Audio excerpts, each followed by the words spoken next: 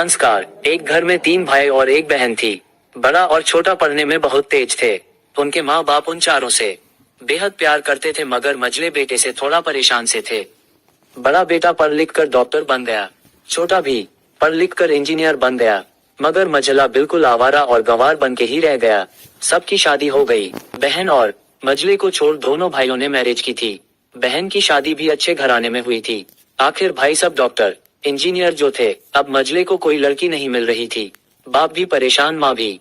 बहन जब भी मायके आती सबसे, मगर मझले से कम ही मिलती थी, क्योंकि वह न तो कुछ दे सकता था और न ही वह जल्दी घर पे मिलता था।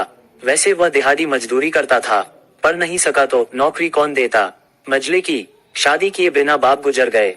माँ ने सोचा कहीं अब बंटवारे की बात न निकले, इसलिए अपने ही गांव से एक सीधी सादी लड़की से मझले की शादी करवा दी। शादी होते ही न जाने क्या हुआ कि मझला बड़े लगन से काम करने लगा। दोस्तों ने कहा, ए चंदू आज अड्डे पे आना।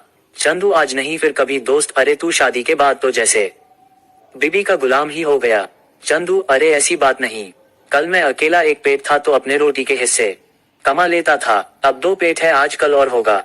घर वाले नालायक कहते हैं मेरे लिए चलता है, मगर मेरी पत्नी मुझे कभी नालायक कहे तो मेरी मर्दानगी पर एक भद्दी गाली है, क्योंकि एक पत्नी के लिए उसका पति, उसका घमंड, इज्जत और उम्मीद होता है। उसके घर वालों ने भी तो मुझ पर भरोसा करके ही तो अपनी बेटी दी होगी, फिर उनका भरोसा कैसे तोड़ सकता हूँ। कॉलेज में नौकरी की डिग्री मिलती है और ऐसे संस्कार माँ बाप से मिलते हैं। इधर घर पे बड़ा और छोटा भाई और उनकी पत्नियां मिलकर आपस में फैसला करते हैं कि जायदाद का बंटवारा हो जाए, क्योंकि हम दोनों लाखों कमाते है मगर मझला ना के बराबर कमाता है। ऐसा नहीं होगा। माँ के लाख मना करने पर भी बंटवारा की तारीख तय होती है। बहन भी आ जाती है, मगर चंदू है कि काम पे निकलने के बाहर आता है। उसके दोनों भाई उसको पकड़कर भीतर वकील कहता है, ऐसा नहीं होता, साइन करना पड़ता है। चंदू, तुम लोग बंटवारा करो, मेरे हिस्से में जो देना है दे देना, मैं शाम को आकर अपना बड़ा सा अंगूठा चिपका दूंगा पेपर पर। बहन, अरे बेवकूफ, तू गंवार का गंवार ही रहेगा। तेरी किस्मत अच्छी है कि तू इतनी अच्छे भाई और भैया मिले। माँ, अरे चंदू आज रुक जा। बंटवारे में कुल 10 बीघा जमीन में दोनों भाई 5-5 रख लेते हैं और चंदू को पुश्तैनी घर छोड़ देते हैं। तभी चंदू जोर से चिल्लाता है, अरे हमारी छुटकी का हिस्सा कौन सा है। दोनों भाई हंसकर बोलते हैं, अरे मूर्ख, बंटवारा भाइयों में होता है और बहनों के हिस्से में सिर्फ उसका मायका ही है।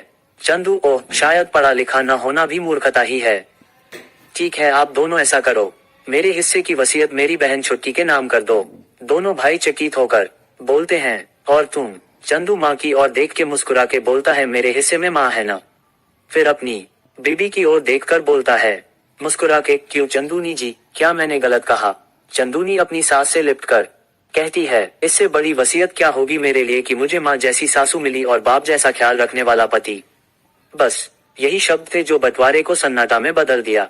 बहन दौड़कर अपने गंवार भैया से गले लगकर रोते हुए कहती है कि माफ कर दो भैया मुझे, क्योंकि मैं समझ न सकी आपको।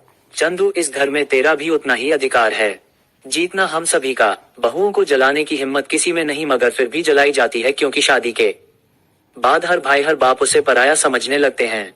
मगर मेरे लिए तुम सब बहुत अजीज हो, चाहे पास रहो या दूर। माँ का चुनाव इसलिए किया ताकि तुम सब हमेशा मुझे याद आओ, क्योंकि ये वही कोख है जहाँ हमने साथ साथ 9 महीने गुजारे। माँ के साथ तुम्हारी यादों को भी मैं रख रहा हूँ।